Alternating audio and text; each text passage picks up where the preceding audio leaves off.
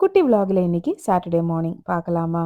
நேத்து நைட்டு மாவு அரைச்சு வச்சிருந்தேன். அதனால மார்னிங் டிஃபனுக்கு இன்னைக்கு இட்லி தான். ஆக்சுவலி சாட்டர்டேனாலே கொஞ்சம் ரிலாக்ஸ்டா அப்படியே தானே இருக்கும். அது இல்லாம பெருசா வேலை செய்யற ஒரு மைண்ட் எல்லாம் இல்ல இன்னைக்கு. நேத்து நைட்டு மாவு அரைச்சு வைக்கும்போது பக்கெட்டுக்கு பாதிக்கு மேல தான் இருந்தது. சரி, வெதர் ரொம்ப சில்லுன்னு தானே இருக்கு. அதனால பெருசா ஒண்ணும் பொங்கி வராது அப்படின்ட்டு மாத்தி எல்லாம் வைக்கல. அதே பக்கெட்ல தான் வச்சேன். எப்பயுமே வந்து நான் 2ஆ பிரிச்சுட்டு வைப்பேன். இந்த வாட்டி அப்படி பண்ணல. அதனால காலையில ஏஞ்சி வரும்போது சின்ன ஆங்ஸைட்டியோட தான் வந்தேன். என்ன ஆச்சோ அப்படின்ட்டு. பார்த்தா கரெக்ட்டா அந்த மூடி லெவலுக்கு வந்து அப்படியே நிக்கிது. கொஞ்ச நேரம் லேட் ஆயிருந்தா கூட வெளிய வந்துட்டு இருக்கும் போல.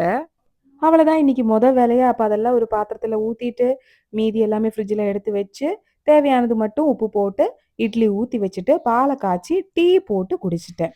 கிட்டத்தட்ட 1 வாரமா டீ குடிக்கிறதே கிடையாது. டீ குடிக்க வேண்டாம் அப்படின்னு ஒரு முடிவு எடுத்துட்டு அப்படியெல்லாம் இல்ல. குடிச்சா கொஞ்சம் ரிலாக்ஸ்டா உட்காந்து குடிக்கணும். அதுக்கு டைம் கிடைக்கிறது இல்ல. அதனால அப்படியே விட்டுட்டேன். அப்படியே கடைசியில இன்னைக்கு தான் 2 பேரும் உட்காந்து கொஞ்ச நேரம் பேசி ரிலாக்ஸ்டா உட்காந்து டீ குடிச்சிட்டோம். அது முடிச்சுட்டு தான் அடுத்த வேலைலாம். இட்லிக்கு வேர்க்கடலை சட்னி தான் அரைச்சேன். இந்த வேர்க்கடலை சட்னி பண்ணும்போதெல்லாம் எனக்கு சின்ன வயசுல விபாக்கு இந்த சட்னி இருந்தா ரொம்ப சாப்பிடுவா இட்லி. ஆனா வந்து அது நாக்குல ஒட்டுற மாரி இருக்கும்ல. அதனால ஒட்டு, ஒட்டு அப்படின்னு சொல்லிட்டு இருப்பா. எனக்கு எப்பயுமே இது பண்ணும்போது அதுதான் ஞாபகம் வரும். மோஸ்ட்லி சாட்டர்டேஸ் எல்லாம் வந்து நம்ம நைட்டுக்கு தனியா சப்பாத்தி இல்ல ஏதாவது டிஃபன் மாரி செஞ்சு தான் சாப்பிடுவோம். ஏன்னா, சாட்டர்டே வந்து ஈவினிங் எனக்கு செய்யறதுக்கும் டைம் இருக்கும். அது இல்லாம அவரும் நான்வெஜ் எல்லாம் எடுத்துக்க மாட்டாரு இல்லையா? நான்வெஜ் அப்படின்னா பெருசா நான்வெஜ் எல்லாம் நாங்க வாங்குறது கிடையாது. சண்டேஸ்ல தான் வாங்குவோம். ஆனா முட்டை இருக்கணும் கண்டிப்பா. அட்லீஸ்ட் ஒரு ஆம்லெட் போட்டா கூட ஓகே தான்.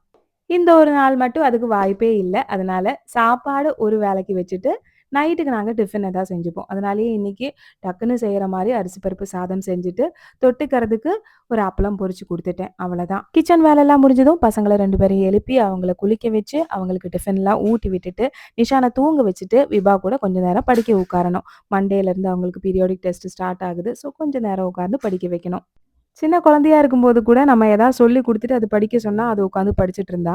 இப்போ ஃபுல்லா நம்ம கூடயே உட்காந்து சொல்லிக் குடுத்தா தான் கொஞ்ச நேரமாச்சும் உட்கார்றா. எனக்கு மட்டும் தான் இப்படி டைம் ஓடிட்டே இருக்கா அப்படின்னு எனக்கு தோணும்.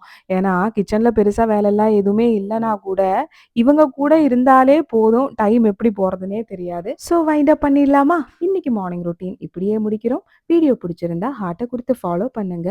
வாழ்க வளமுடன்.